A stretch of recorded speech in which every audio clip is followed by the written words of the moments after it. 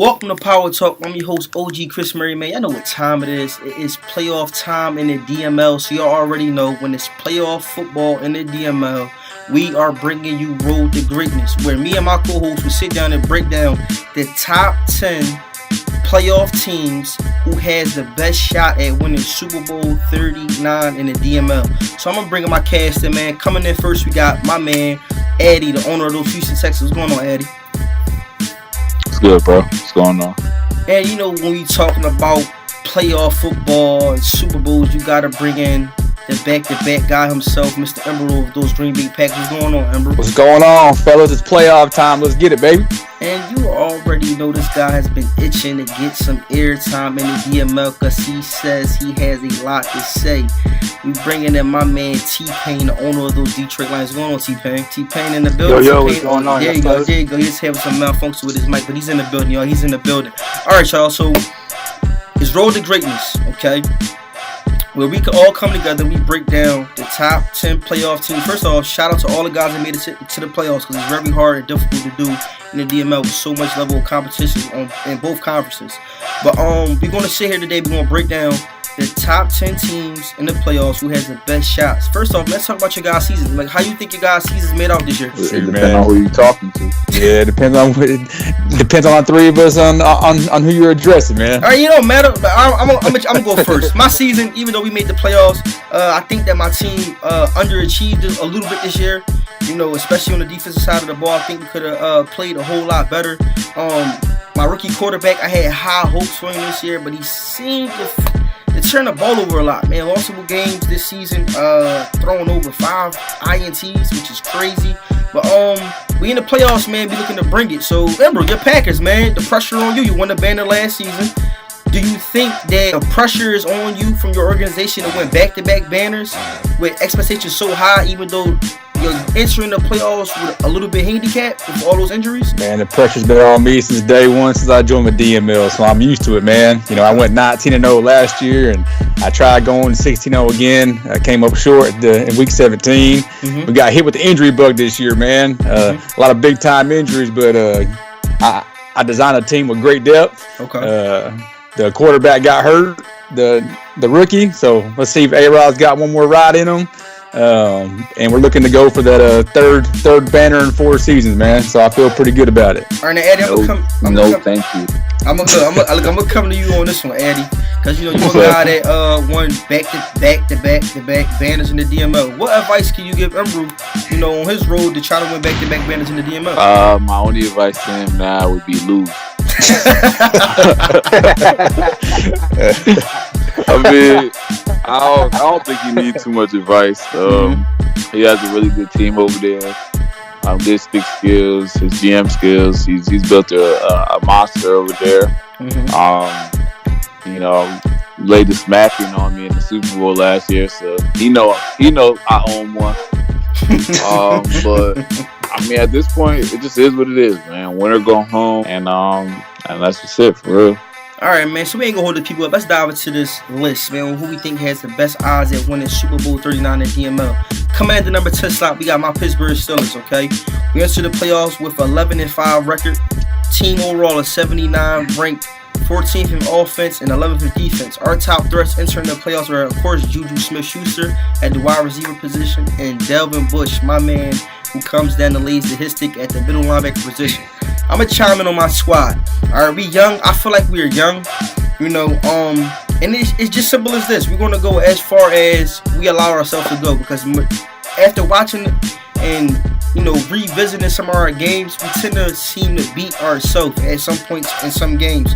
We turn the ball over a lot, which I don't like this year because last year that was one of our top, you know, our top things entering just the season period. We wanted to take care of the ball. So we're going in with a rookie quarterback. You know, of course, Delvin Bush is leading this team. He's still young. We got Tremaine Edmonds, who's still young, you know.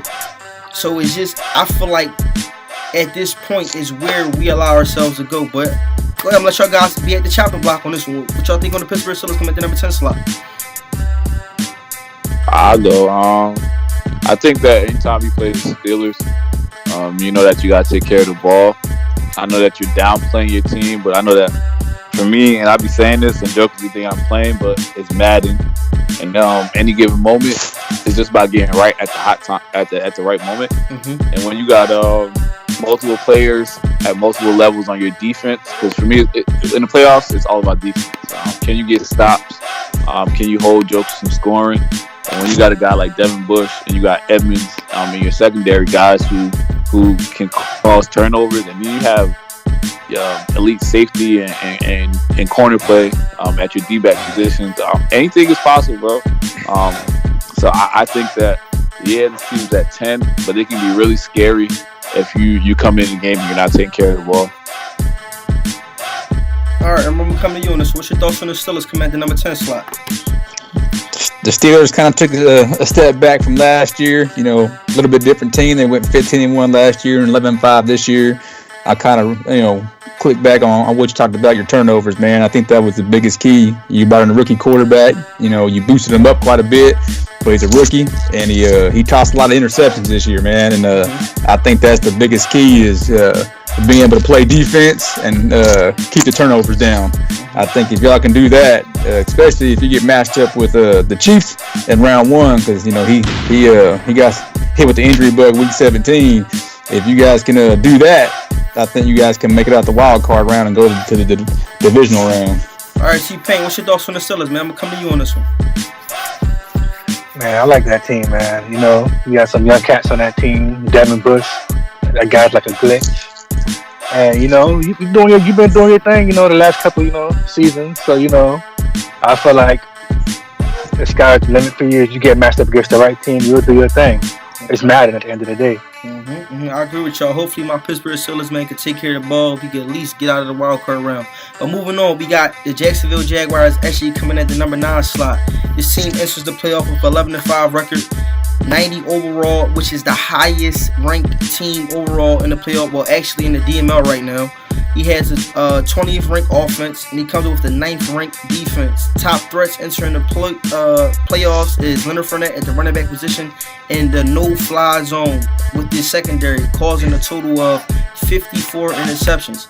When you're talking Jacksonville Jaguar football, you got to talk defense. Guys like Josh Allen, Jalen Ramsey, Awuzie, Miles Jack, Telvin Smith, and the list just goes on and on with so much talent that's on this team. But looking at the defense, I'm going to come to you on this one, Eddie, because this is the guy that your division mate.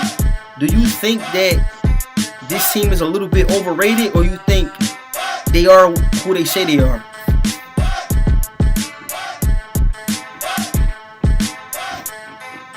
Eddie's still in the building. Eddie get goose. What's going on? Oh, my bad, bro. I'm talking with my mic on mute. But when you're talking the Jags, obviously I see them twice a year, and it's not an undersell when I say that that's definitely an elite defense. When you look at the pieces that's over there, X Factor, superstars, whatever you want to call, he got it on his defense. When you look at them in terms of sacks and interceptions, 8 in sacks, 2nd in interceptions. I think that for him, though, what his downfall would be that he gets a little vanilla on offense. If you watched a little bit of his game ever, you know that the offense runs through Leonard Fournette, whether in the passing game or in the running game. He runs the ball a lot. And a lot of times when you become predictable on O, and you're keeping that defense on the field a long time, obviously they're going to get tired. And there's opportunities to score. So I think that obviously he's in my division, and I probably shouldn't be saying this, but if he can open up his offense some way, this team can be really scary. Now, I'm going to come to you, because you're the guy that seems to know how to just run the rock well in the DML. Embro, what's your thoughts on Leonard Fournette and his rushing attack this season? Do you think this is an elite rushing game, or is it just something that just a guy who knows how to spam inside zone and outside tosses?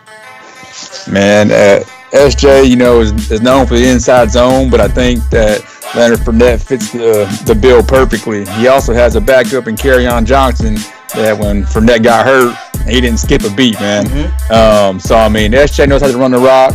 I think that he's got one of the better run games in the league, and the biggest thing you gotta be able to do is contain that run game. If you can contain the run game, you should feel pretty good about your chances. But if you let Leonard get loose, you know, with that defense he has, it's probably not going to end well for you, man. So his philosophy: run the ball, play defense, and he has all the elements and pieces to make it happen. So let's just see if he can win a playoff game, man. I don't know when the last time I saw SJ win one. So the pressure's on him to actually get out the wild card round this season, man.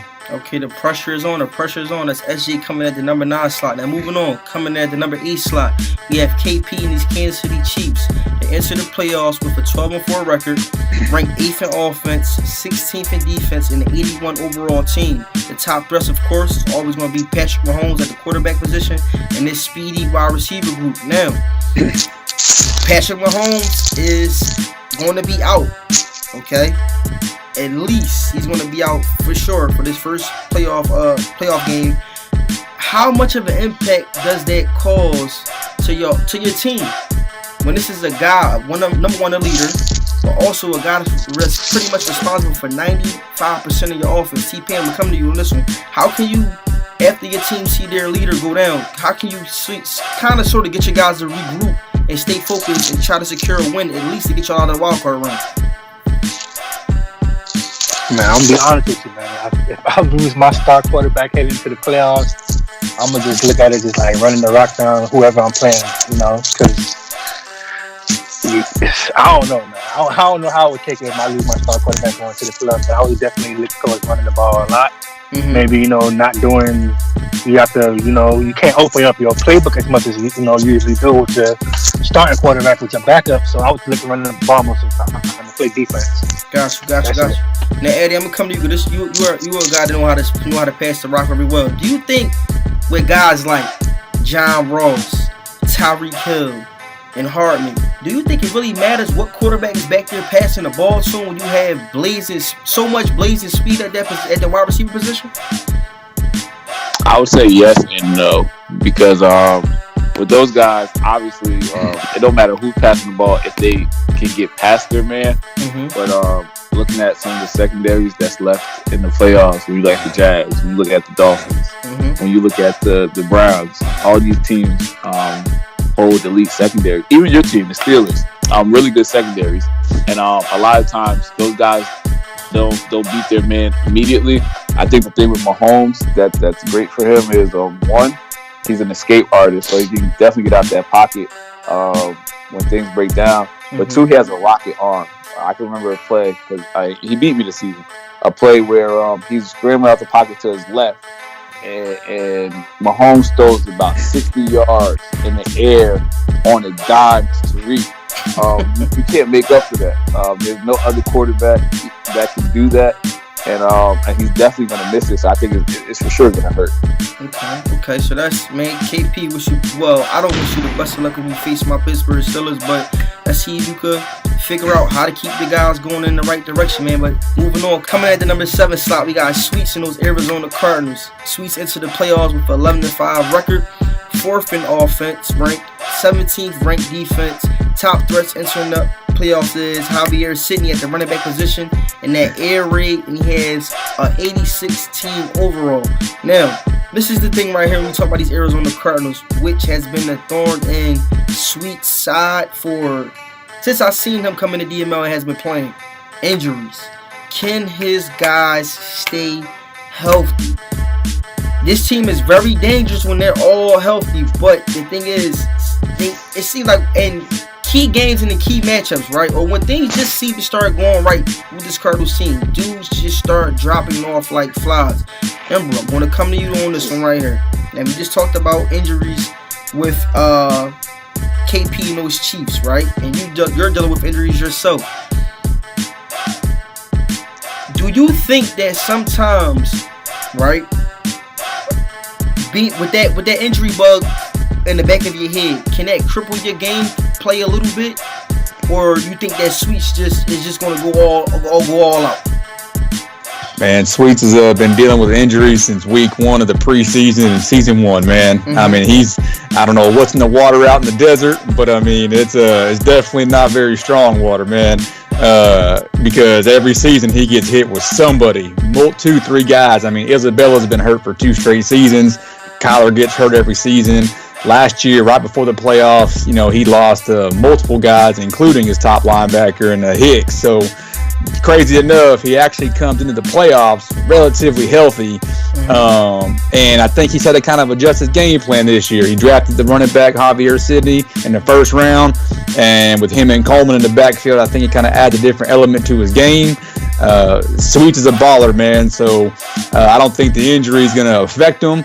I think he needs to go out there and just play his game and stick to his game plan. I think the games that he does lose, he kind of gets away from the game plan. So, in the first round, I think he might have to play the Saints again, and the Saints locked him up on defense the first time. So I think he'd probably go back and watch that game and see what he did wrong, and see if he can tackle the weaknesses in the Saints defense, which was a top defense this year. Got you. Now, Ed, you've been in the DML for some time now, okay? So you got a chance to watch Sweets play multiple cycles. Do you think that, just being honest, man, I'm just coming very honest, Sweets had one run in the Super Bowl, which we seen that he just, flat out, just, in my opinion, bent over and just took it, okay? Do you think that Sweets, do he really honestly want that banner, or or is he just in love with the numbers? Nah, I think for sure he wants that banner. I think from talking to him a few times, he's definitely a guy that wants to win. Unfortunately, sometimes it's just about getting over that hump. Gotcha. And once you get over that hump, finishing the race, because he's been to a few Super Bowls, and it's crazy because sometimes you go through a gauntlet, and even just getting there, and it's like you take a deep breath, and it's like, oh, I'm here, and then you got another monster waiting for you. You know what I mean? So I think that in terms of passers, outside of myself, he's one that I really do respect as a passer. I think he really knows what he's doing. And I think that at any time, with all his pieces on the field, he can beat anybody. It's just about, like I said, the playoffs are just about getting hot at the right time. And I think right now is that moment where you just got to figure things out and get it done. Got you. So, man, those Cardinals, man, like you said, they healthy. Got all his pieces except for Isabella. So I'm looking forward to seeing what Sweets can do this postseason, man. But moving on. Coming at the number 6 slot, we have Niner Tom and the San Francisco 49ers. Entering the playoff with an 85 overall team. Finished the regular season with a 12-4 record. Ranked 3rd in offense, 28th in defense, and the top threats, of course, is going to be that boy Jimmy G at the quarterback position and the defensive front four. Now, watching this San Francisco 49ers team, it seemed like they came alive this season a little bit. But after he won this banner, it just seemed like he just disappeared. But I love what I'm seeing, and I think I'm a defensive type of guy. I think the way his defense right now has been playing all season with guys like Nick Bosa, okay? Solomon Thomas, all right, and DeForest Buckner, all getting over 10 sacks. Now, those first two guys I named, Nick Bosa, 23 sacks, okay? Solomon Thomas, 20.5 sacks, all right? And DeForest Buckner, 11.5. That's very dangerous to any team that they match up against in the postseason. But as you can see, Daddy Lee has him ranked 28th. Now, I'm going to come to you on this one, Erbil, because you seem to have put up, monstrous numbers on guys this entire season. Do you think sometimes you're blowing guys out and you're up by, let's say, 20-plus points every single game, that it could somewhat put the smoke and mirrors up on your defense and have them ranked a little bit lower than what they actually are? I think it can. I think it could happen on offense and defense. I mean, sometimes these numbers can be skewed. I mean, you see some guys drop big-time numbers on offense. You're like, oh, this dude scored 70-something points, and he might not score close at the rest of the season. So, I mean, the numbers on offense and defense can be skewed by a couple different games, but Niner time, I mean, I feel like I play him every season, especially when it comes to playoff time. Last year, he kind of, fell off the map after winning the banner in year 2. But he's got that defense balling. He did lose Quan Alexander, his star linebacker, for a long period of time, and also one of his top corners in Witherspoon. So, I mean, but he's got a front four that's up there with the best of them. and he's been balling this year in the pass game. I think Jimmy G finished number 1 in passing yards and passing touchdowns. So, he's got the pass game rocking, the defense rocking. So he's definitely going to be a tough out in the NFC playoffs this year. All right, T-Pain, I'm going to come to you. All right, with the 49ers coming in at the number 6 slot, do you think that this team has a chance at making a run at a banner with guys in the NFC like Embrew, who's proven that he can win the banner with those Green Bay Packers, expert in those Dallas Cowboys, Sweets in the Cardinals, and even my man Marizi with those Saints? Do you think that it's fair to say that he has a chance to make it deep into the playoffs, or you just think that this is a guy that's going to be one and done? Honest opinion, man. Honest opinion. Man, I'm keeping 100 right now with you, man, on this one. The man has a banner. So there's no way I see him being one and done.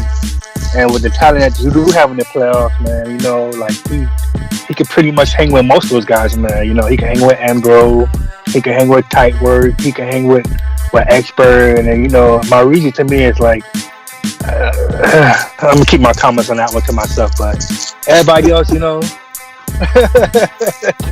I think he'll do his thing in the playoffs, man. You know, definitely. That defense is balling right now. Like you said, you got 3 guys right there with like 50 sacks. So I feel about to start with this top 5. Typer comes in with an 85 overall team, right? 12 and 3 record, ranked 5th. Defense. And this right here is flat out, I'm going to tip my head off the type work, pure GM skills, man, because for this Miami Dolphins team, how cycle after cycle, I'm going to preach it every single time this man is mentioned on any show that I'm hosting or co-hosting on. This guy flats out knows how to make this team competitive no matter what cycle we're in, no matter what the roster look like, man. And for them to be ranked number 1 at defense, I just got to tip my head off, man. Stick skills and GM skills fall into play. But I'm going to come to you on this one, Eddie. What's your thoughts on Tight Work coming at the number 5 slot? Tight, you know, real life, I'm a Dolphin fan, so it's always good to see them do good, except when they play me. But nah, he gets it, bro. Like, more power to him. He's definitely a great GM. He figured that situation out. Came into the game as the worst team overall in terms of rankings, and he's been able to build, I would say, a powerhouse defensively. Whatever you need, he got it. Front line, linebacker, secondary, it's there. It's one of those teams where he knows that all he has to do on offense is take care of the ball, because that defense will always keep him in games. So with a guy like that, you always have to be careful and be cautious of what you're calling, because momentum can shift in his favor just like that. All right, I'm going to come to you, man, on this one. All right. He gets, I believe he fell 1 game short of the first round bye. All right. He was at the top of the AFC at some point in the season, but he fell off a couple games. Do you think those games, right, where you knew that, you know, everybody already know they pull out when that season schedule drops, you're just circling off those games. This is a win. This is a win. This is a win. Do you sort of kind of think that can mess with a team momentum, and as far as the mental, when entering the playoffs, when they know that there are some games like that we should have won, that we knew that we had against the U's that we should not have lost? So can that creep up sometimes to bite you in the behind in the playoffs? Some users it might, but I don't think it affects top work. It don't matter as long as you get a ticket to the dance. That's all you need, man. It don't matter who you play, because you're gonna have to play good teams whether you like it or not. You're never gonna get an easy ride to the Super Bowl. So I don't think that's gonna affect him at all. I mean, he probably wishes he would have won a couple of them games, but I think in every loss that he had this year, he knows what he did wrong. And he knows, hey, I probably should have won that game. I mean, last year he went 16-0, and he proved to everybody that he can do it. And his roster's legit. His stick skills are legit. So I think he's got a little bit of a monkey on his back this cycle by coming up short the first couple of seasons, and I look for him to, possibly be in the AFC Championship, playing one of the other top tier teams that are in the top 5. Tight, the pressure on. They got you going to the AFC Championship if you playing against them Steelers. So coming for your head, man. But that's tight, man. Coming at the number 5 slot. Coming at the number 4 slot, we got Expert in the Dallas Cowboys. Okay, entered the postseason with an 85 overall team. Finished the regular season. Don't mind that record. They finished at 14-2. They coming with the 6th ranked offense in the DML and the 2nd ranked defense in the DML. Of course, top threats is Jalen Smith at the middle linebacker position and Ezekiel Elliott. And I want y'all to pay attention to something, man. Y'all see when we starting to get to this top 5 list, man, you see how it starts to balance out, man, and defense starts to speak for itself, man. I just love defense, man. I don't know what it is. I just love defense. And the way Expert has been using Jalen Smith, man, who I believe leads the DML and INTs, is just flat out ridiculous, man. I'm gonna come to you on this one, Addy, man, because you was a guy who used it. What was my man name, man? That Hall of Famer middle linebacker, Will Clemens. Will Clemens. Will Clemens, man. Like I'm getting the goosebumps just missing this man's name. But are you like at what point, right? After watching a guy a player in the DML, do you go to yourself, this guy knows what to do. This guy has this game figured out. At what point in your mind, after seeing a guy play, like this user, like, because you are a guy that figured that out with Will Clemens and multiple other linebackers that you had out there in New Orleans last cycle. At what point did you notice, after watching Expert user Jalen Smith, that you knew that he had this game figured out? Oh, well, I mean, it didn't take long. I think he's always been a guy that plays well with his user, and when you can accompany that with pressure, it's really about the pressure, to be honest. Okay. I can remember our game this season. I was down 17-0. We caught a pick 6 with Jalen Ramsey to go up 17, and a lot of times, it's not necessarily the user alone, but it's the pressure coming, and sometimes you hear those footsteps and you try and get rid of the ball, and he'll jump right in front of the pass and take it to the crib. Especially with a guy in this version who has abilities. And I'm pretty sure Jalen Smith has lurker, and that's a game changer at the linebacker position. So again, if you can't block, you're probably gonna be punting the ball or turning it over. So, Bro, I'm coming to you, man. Just say how it is. Do you fear anybody in the NFC at this point? Do you fear anybody in the NFC at this point? Or you the champ? Do you think that you have a cakewalk, man, getting to that Super Bowl? I'm not looking for no watered down answer. I'm looking for a champion response on this question. Do you feel like anybody in the NFC poses a threat to you run at another banner? I mean, realistically, all the people in the NFC at some point have given me a good battle. I've played Expert almost every season. He's beaten me. I've beaten him. I've played the Niners, the Cardinals. I don't fear nobody in the league because I feel like I can match up stick skill wise and roster wise with any of them. And I'm not throwing no shit at anybody because I think there's a lot of great users in the DML, but I do my homework. And when I know I'm coming into a game, whether it's against the Cowboys, the Bears, Texans, whoever, I know what they do great. I know what they can work better on. So I try to attack those weaknesses. So it's never a cakewalk. Every season I've gone through the playoffs, it's always been a grind, man. So I'm not going to throw no shade or say anything's a cakewalk, man, because all these users are great users. It's never easy, man. And like Addy said, Madden's Madden. You can have a bad day on the sticks, and then guess what? You're at home chilling. So NFC still tough, man. It's never a cakewalk to get to the Super Bowl, but kind of going back to Expert and his ranking. Jalen Smith, I would probably say is the best linebacker in the DML right now. I'm gonna give you a statistic. Hold up, man. And listen to this statistic. In the last 2 seasons, 49 interceptions. 49 interceptions in 2 seasons by a middle linebacker. He broke the single season record for a user interception last year with 25, and he backed it up this year with 24. So Jalen Smith covers the whole field, and he's the guy on defense that makes that engine go. So you have to find him, neutralize him, and I don't know why guys still throw at him.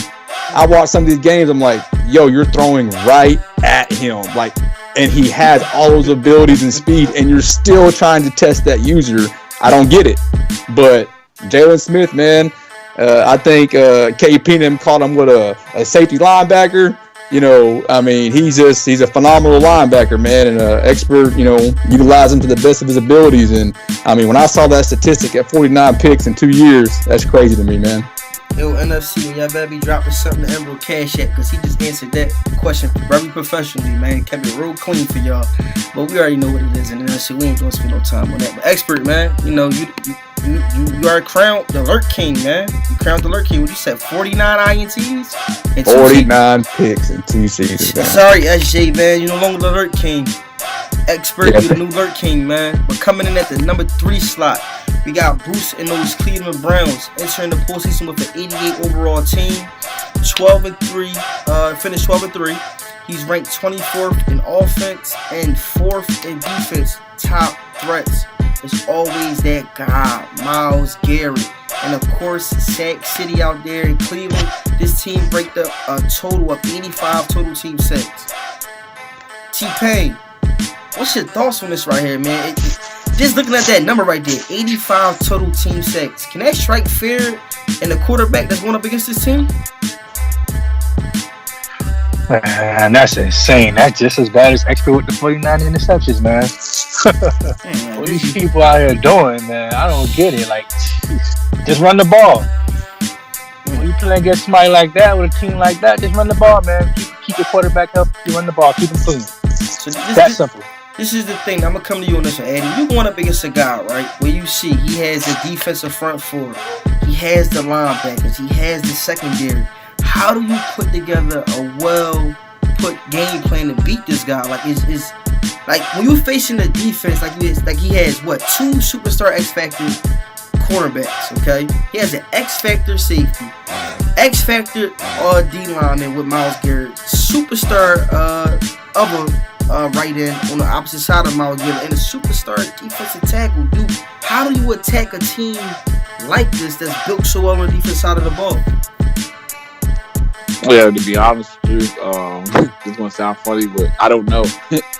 I was talking to Bruce earlier. Jeezy, my guy, man. We talk a lot. And when I saw he got another X Factor on the D-line, I hit him and we was talking. We talk often.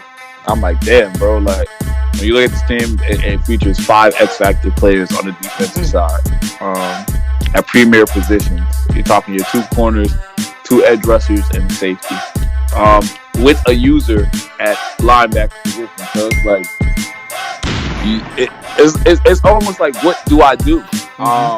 You can't pass because you don't got time. You can't run because jokers are filling gaps.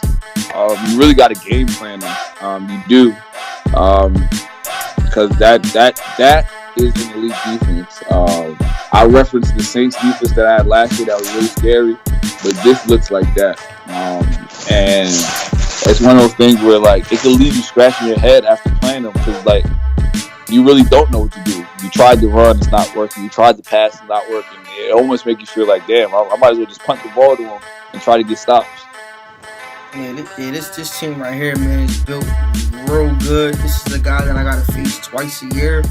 So, Ember, what's your thoughts when you think that this is the roster that can get Bruce back into that Super Bowl deep run, or will he fall by the wayside again? I mean, Bruce has always put together tough defenses. I mean, kind of to touch on defense again, I mean, Eddie, we're talking about this earlier, man. That defense has got superstar X factors at all the premier positions, and you don't have to even touch those guys as a user. You can just let them do their thing. So his defense is built nasty.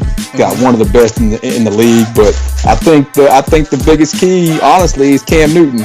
He went and gave Cam a 1-year deal for about $21 million, I think. And I don't believe he believed in Tyree Jackson anymore after watching him falter in the playoffs. And you bring in Cam Newton, who can still sling it and can still move. I think that's what kind of got him back to playing ball and getting back to the number 1 seed. I think Tyree kind of held him back when it came to those clutch situations. So in the playoffs, I look for Bruce to kind of lean on Cam and on offense. He ran the ball a lot with him this year, so I think that's the biggest X factor, because the defense is going to be the defense, but the offense has always been kind of his downfall, and I think Cam Newton's the guy that could potentially put him over the top. All right, man, let's see what you can do, Bruce. So that's you coming in at the number 3 slot. Now moving on, coming in at the number 2 slot, we have Eddie and those Houston Texans. They entered the postseason with an 84 overall team. Finished the season 13-3. Finished ranked 2nd in the DML on offense and 14th on defense. Top thrusters, of course, that dual threat quarterback Deshaun Watson and that passing attack. Now, watching this Houston Texans team play this whole entire season, one thing that stands out to me is Deshaun Watson, man. This guy threw a total of 42 passing touchdowns, right? Yes, that's beautiful. But the thing is this right here, 12 INTs. 12. My quarterback threw fucking 12 INTs in 2 damn games. This man threw, I'm going to repeat this to y'all, 42 passing touchdowns, which I'm pretty sure Eddie would say that this is an off season for him, with 42 touchdowns and 12 INTs. This man completed his passing completed percentage is 79%. 79%, man. Eddie, like, what's your thoughts on your squad this year, man? They got the first round bye. You know, the quarterback's balling out. They got the wide receivers. The defense is not, you know, the numbers. I don't believe in the numbers at this point. You know, but what's your thoughts on your squad, man? I think it's a first year under a new coach and a new offense. You know, how we're linked to the playbook per your coach. And it took me a little bit to figure out. Definitely the spread look was one that I liked. It was intriguing to me, and that's why I picked it. It took me a while to figure it out, but things are definitely clicking. I think I have explosive pieces on that offensive side of the ball, and obviously it's all spearheaded by Deshaun. There's not a pass that Deshaun can't make, and he led my team in rushing. So he's a dual threat quarterback who's really the engine to all of this. Hopefully we can keep it going. I think that this offense in general is tough to. You can scout it, but it's tough to stop because there's so many motions and there's so many counters in the offense, and it's one of those offenses where 79% completion, and that's because it's a lot of jet passes and it's a lot of screens and it's a lot of short passes, and it's predicated on getting just yards, positive yards. We led the league in first downs this year, so it's not one of those where it's like we try and take the top off, but it's we taking 4 and we taking 6 and we taking 5, and a lot of times I found that if you leave somebody's defense on the field for that long, 1, it keeps their offense off and they can't score, but 2, it also tires their defense out, and it allows us to be in a good position to win. Broken down, man. That's crazy. Now, Emma, we're coming to you on this one, right? Like, piggyback on what something that Eddie just said. Deshaun Watson led the team in rushing. Okay, now we know what type of playoff style football is, defense, ground and pound. We see Derrick Henry doing it in real life right now with the Tennessee Titans. Do you think that can be Achilles for the Houston Texans, or would that benefit them when you're guarding a quarterback that you know, and you got to look out for guys like Will Fuller who can take the top off the defense, DeAndre Hopkins, and you got to drop those cornerbacks and for them guys that are using those middle linebackers and take away those routes can open up more running lanes for Deshaun Watson. So what's your thoughts on that? That's never going to be an Achilles heel, man. Okay. I mean, when you see the pass rushers that the Dolphins have, the Chiefs have, the Browns have. Mm-hmm. When you got them guys coming off the edge or inside super quick, Deshaun gets away from that, I mean, you hardly ever see Deshaun Watson take a legit sack. Okay. Because he has the opportunity to get away from it, and it allows him to, complete a pass, gain positive yards. You hardly ever see the Texans offense go backwards, and it'll never be an Achilles heel. I think it adds a dimension that as a user playing defense, legitimately every single play you have to think to yourself, what is Addy going to do? And with that new playbook he has, it's crazy, man. I mean, like he was saying, there's so many different formations, play calls, designs. I mean, it makes you legitimately think every play what's going to happen. And you have to play your A game. I mean, Addy's a great user, and I think Deshaun Watson's a perfect quarterback for him. I think Deshaun Watson and Pat Mahomes are the top two quarterbacks in the game with the users and the actual skill set. All right, man, we're going to see Texas at the first round bye, and their guys are clicking, guys are healthy, so let's see how far Addy could go. Coming in at the number 1 slot, this is no surprise to nobody. One of the most balanced teams coming into the postseason. We have Embrew, the defending Super Bowl champ, and those Green Bay Packers. They enter the postseason with 87 overall, finished the regular season 15-1, number 1 ranked offense, number 5th ranked defense. Top threats, Tony Pollard at the running back position, and that passing attack. I meant to say passing/running attack, so this is a balanced offense. Alright, now I'm just going to sit here and speak on what I know. You get Tony Pollard back, okay? This guy was out, I believe, how many weeks? Number what? 7 weeks. This guy was out 7 weeks, right? Ladies and gentlemen, for everybody that's, don't follow the DML and just, this guy was out 7 weeks and finished, I believe, 2nd in the MVP race in the DML. How do you take off 7 weeks? And I'm pretty sure if Deshaun Watson would have played week 17, he would have locked it up. But you take off 7 weeks, and finish 2nd in the MVP race in the DML.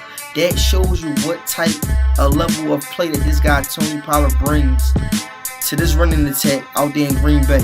Now, I'm going to come to you first, because I feel like the pressure is on. The pressure is on. You lose your rookie quarterback who was balling out this year, okay? You lose Savage, who is pretty much, I think, is the leader of your defense. You got Aaron Rodgers, okay? Some will call it his last ride. All right, you got the superstar offensive line. You got the dual threat running game. You got the first round. You have the first round bye, okay? You got home field advantage. Even with everything tipping in your favor, okay, everything tipping in your favor, is the pressure on, and is it somewhat overwhelming to get that back-to-back banner like this to know how you like everything is just tipping in your favor? Is the pressure on, like, and is it getting a little bit overwhelming for chasing after that back-to-back banner in the DML? I don't think I would call it overwhelming. I mean, I think year 2, it kind of got to me a little bit. Okay. Because you can see I went from winning the banner in year 1 and barely making the playoffs year 2, and I took it for granted. So I went 19-0 last year, and then this year I was like, you know what? Got to keep my foot on the pedal, man. And if not, you got the target on your back, man. Every single week, someone's coming for your head, whether you're playing a bottom tier user or you're playing the best user. And I mean, it's a weekly grind, and I don't foresee it as pressure because I put pressure on myself. I expect to win. I hate losing. I'm still salty I lost week 17. I've been thinking about it all day. I'm like, damn, I lost that game. KP's my homeboy, but I'm like, man, I lost that game, and it's still bugging me. So I hate to lose, so I put enough pressure on myself. So you put the pressure on me year 1 to finally hang a banner, and then you brought it back year 3. So I mean, I welcome the pressure. That's what it's all about. When you get to see your name and the banner on the DML website, it makes it all fulfilling, and it makes it all worth it. But, I take pride in my defense. I take pride in my balanced offense. Everyone looks at Pollard like, oh, man, he's got these crazy numbers. But, last year I ran for over 3,000, and I passed for 3,000. It's similar to this year. And so I think I have a pretty balanced offense, but, Pollard coming back at the right time and my receiver coming back at the right time, I mean, yeah, I lost my quarterback and I lost Savage, you know, but I pride myself on great GM skills and putting the best roster I can. So, you know, I'm just looking to go out there and grind it and hopefully win a third banner in 4 years, man. So we'll see what A-Rod can give me in his last ride in a Green Bay uniform. All right, T-Pan, I'm coming to you. This is division meet. All right. Now, A-Rod loses his job at the beginning of the year. Now, this is a guy who is Green Bay. Okay. Mr. Cheesehead himself, Mr. Discount Double Check A-Rod, baby. Wins the team a banner, then he gets pretty much alerted that he's going to be the backup to a rookie quarterback who flat out just came in and didn't prove anything. Like, he just came in and they forfeited the job and he won it. Now that rookie quarterback goes down. And once again, Aaron Rodgers is put in the position to make another run at a banner with these Green Bay Packers. Do you think A-Rod pride can get in the way and he can pretty much flick the fingers up to Green Bay on this one? Or do you think he's embracing that role as the hero coming in to save the day? Tell you the truth, man, I think A-Rod's gonna go out with a banner. Okay. I ain't trying to ride nobody horn or nothing like that, but man, I've been balling since season 1. He might be a little salty with losing his spot to a rookie quarterback, so I can see him, you know, trying to win the banner so he can have that to throw in his face next season when he retired or go to another team. Okay. All right, so hopefully Aaron Rodgers, man, could ride it out on his last ride. That was our top 10 man on each team who had the best shot at winning Super Bowl 39 in the DML. I'm your host, OG Chris Murray, man. I appreciate y'all guys getting on the air with me, man, chopping it up, giving y'all thoughts and y'all inputs. If y'all think we got it wrong, man, drop y'all list inside of the comments, man. Let us know if we got it right, you know. Bring that fire, man, because it's going to be an exciting postseason. Every game is a must-watch football. I'm your host, OG Chris Murray. We out.